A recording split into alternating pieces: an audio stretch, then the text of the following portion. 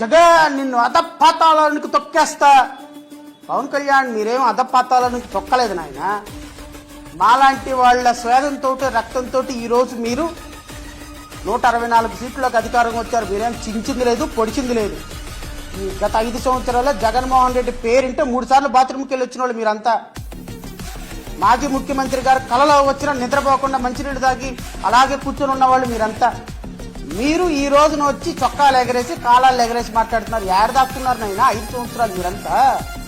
ఈరోజు మాట్లాడే వాళ్ళని తేడున్నారు 5 సంవత్సరాల క్రితం.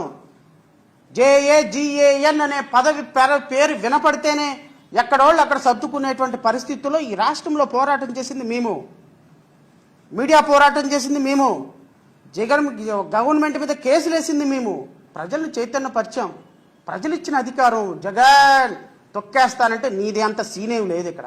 నిన్ను తొక్కకుండా చూసుకో. రేపు పొద్దున రేపు పిఠాపురంలా కాదు కదా, ఆంధ్రప్రదేశ్ రాష్ట్రంలో ఏ కాన్స్టిట్యున్సీలో నిలబడినా ప్రజలు నిన్ను ఓడించడానికి సిద్ధంగా ఉన్నారన్న విషయం మాత్రం గుర్తుపెట్టుకోండి. ఇంత అహంకారం పనికిరాదు నారా లోకేష్.